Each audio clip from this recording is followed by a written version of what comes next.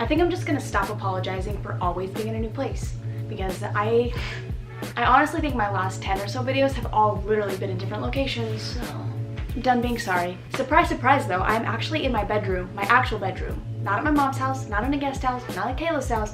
This is my room, this is my bed, this is where I sleep, that's where I edit videos, and it's literally midnight, which is the only reason I'm filming in my house right now. I also haven't taken this shirt off in probably a week. 2 of my last 3 videos were in this shirt, and I'm okay with that. I've accepted it. I love this shirt a lot.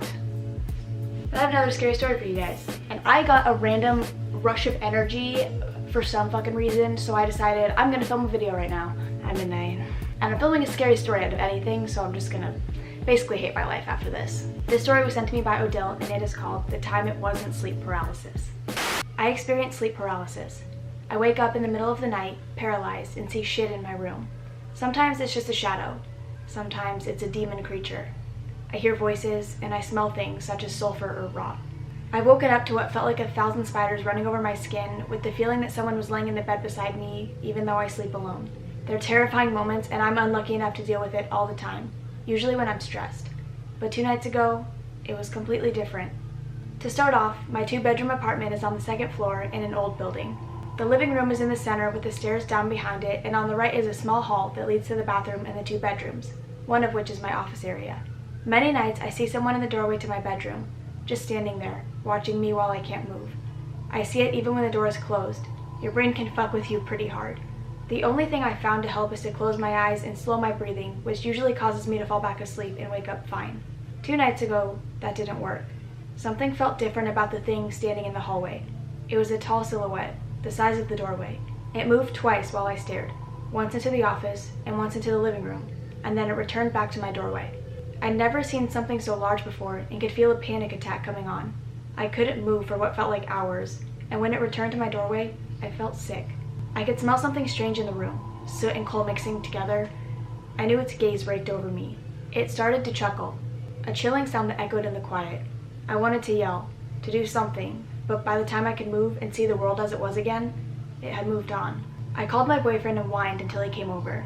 The doorbell rang, and a little after 3 in the morning, I rushed down the steps to answer the door.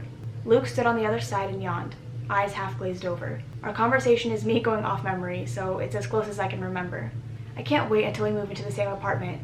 I was having a good dream, babe, and you ruined that, you so. I grabbed him and pulled him into a tight hug.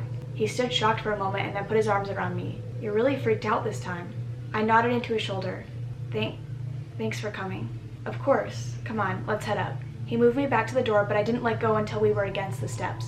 I moved my hand down to his arm and gripped it tightly as he closed the door and locked it. He led the way upstairs and moved to the couch where he made me sit. I'll make us some tea and you can tell me what happened. You don't have... I started to say, but he placed a finger on my lips and shushed me. Tea, and then we can talk. No arguing. You dragged my ass over here in the middle of the night, so I call the shots. I gave a huff and crossed my arms in front of me as he left for the kitchen. He came back after putting water in the microwave and sat down next to me. All right, so what happened? I rubbed my arms and shrugged. I don't know, it's stupid. Come on, Cassie, it's not stupid, tell me. I saw something in the doorway. Okay, and you've had that happen before. Why are you so freaked out this time? It was different, I said, and took a sip of the tea and nearly burnt my lip. It just felt different. I couldn't go back to sleep. Well, let's take a look around and just be sure everything's good, he said and got up. I followed him with my eyes as he went to the hall and looked into the bedroom. He stood there for a moment without a word and then came out, a strange look on his face. Cassie? What? What's wrong? I put the tea down on the coffee table and I could feel my hand shaking. He looked toward the other bedroom, his brows knitting together. Were you drawing with charcoal or something before you went to bed? I shook my head, confused. I wasn't the artistic type. I got up and came over. I don't have charcoal here. Okay, can you explain this? He moved aside and held a hand out to the upper wall beside the door to the bedroom. There, on the white paint, was what looked like a smudging of an upside-down cross drawn in charcoal.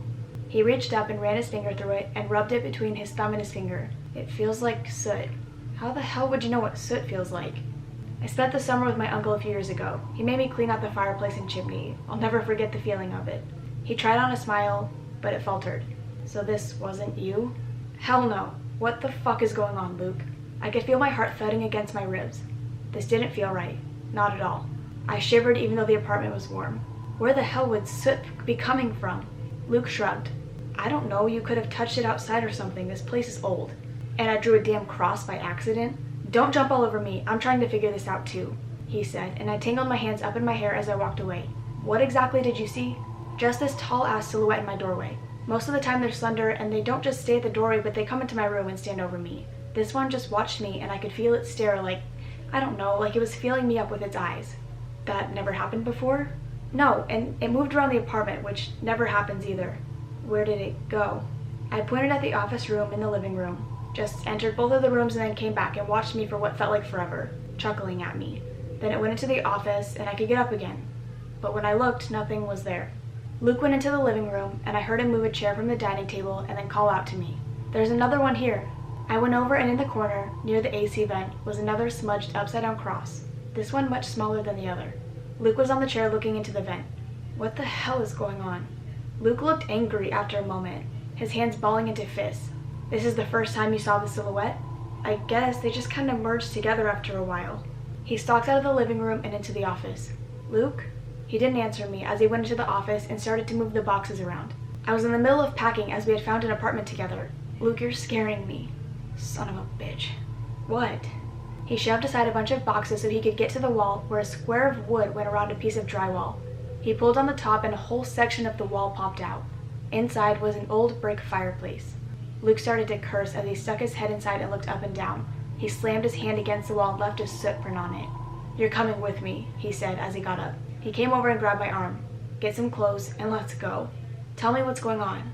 This wasn't just sleep paralysis. At least not completely, he said and pulled me to the bedroom and turned on the light. Get some clothes, he said, and then went over to the AC vent and cursed. Another damn one here. What the hell do they mean? Get the damn clothes. He went back to the hall and looked up at the wall. I went about getting clothes into a bag and then met him in the living room. Will you just tell me what's going on? You obviously know something. He came over to me, his eyes still on the AC vents, pulled me over to the stairs and then down them. We got to his car and opened my side and got in. He dropped into the driver's seat and puffed out a breath. He just sat there for a moment and then dug for his cell phone in his pocket. Who the hell are you calling? The police? He said as he started his car and turned the headlights on. What? Why? He held up a finger as someone must have picked up. Yes, I need the police out here. Someone was in my girlfriend's apartment, and I think it was her downstairs neighbor. Yes, I'll stay on the line. He gave them my address and then looked over to me. I couldn't breathe, and my mouth was dry. He reached out and rubbed my shoulder. It's gonna be all right. The police arrived around 20 minutes later. Luke went out to speak with them and then came back for my key to the apartment. They went up and looked around, and the police pounded on the apartment door below me. No one answered. Luke and one of the officers came back to the car where I sat still, trying to wrap my head around what was going on. You got your rental office number? Luke asked when he opened the door. I handed him my cell phone and he found it and gave the number to the officer. He then sat down in the driver's seat. They're gonna try to get into the apartment. I smacked his shoulder and he looked over, surprised. Why are you not telling me anything, you asshole? He cocked his head and shrugged. Sorry, just kind of freaked out. You're freaked out? What about me? What's going on? He turned to me as much as he could in the car. That wasn't your imagination. Somebody was in your apartment. I felt sick and I shook my head. That doesn't make any sense. I made sure the door was locked. I don't have any windows open. No, whoever it was came through the chimney. The masks of soot was them trying to clean up after themselves. Luke sighed and looked out of the windshield. Something was in your AC vents, and I think they knew that you were moving out soon and didn't want whatever it was to be found. I stared, wide-eyed. You mean, what the hell would be in my vents? He shrugged. Cameras is my guess. He swallowed hard. Look, I know this is uncomfortable, but during your sleep paralysis, did any of the shadows or silhouettes do anything to you? My breath caught. There were times when it felt like the silhouettes were feeling me up, rubbing my chest and stuff, but I chalked it up to just the normal pressure that most people felt during paralysis. Now I wasn't so sure. This makes no sense. We'll know more once the police talk to them. This could just be me overthinking it. Bullshit, I said, and hoped he was just overthinking it. Of course he wasn't. The police got into the downstairs apartment and found a bunch of computers and electronic equipment. Apparently there were cameras all over my apartment at one point, filming me, filming us, filming the silhouette touching me in my bed while I slept. Now there's a bunch of video of my nude ass in some cop nerd's computer who is using it to look out for evidence, and they still don't have the guy. Though they're fairly sure the guy was uploading this stuff to, I think they call it the dark web or some other stupid name. So yeah, it's out there on the net too. The guy must have gotten spooked or something and disappeared. I'm staying at Luke's place until our leases are up and we can move into a place together. Somewhere without fireplaces. And that is the end of that story. I'm sorry that this one's a little bit shorter. I'm still trying to find a story so that I can do an hour-long one. I've had a couple of you guys send me different stories, but they're either, I don't think they're long enough, or I just don't like them and I'm sorry. So I'm still trying to find one that's long enough, unless you guys just want me to do a bunch of little ones. I think that's probably my best option at this point, but let me know. But anyways, I hope you guys enjoyed, and I will see you in the next one. Bye. Oh my god, has that shadow been there the whole time? I'm sorry. Someone just texted me, like, hey, are you awake? I'm like, yeah, I'm filming. Sorry, okay. Not that you even knew that I stopped recording, but I felt the need to say sorry. Okay, whatever. This story was sent to me by ODILE, and it is, oh, okay, no, sorry. Siri, Siri, you gotta go. It started to chuckle, a chilling, Siri, are you fucked? It started to chuckle. Siri, what exactly are you hearing? Because I don't understand. I don't know what you mean, but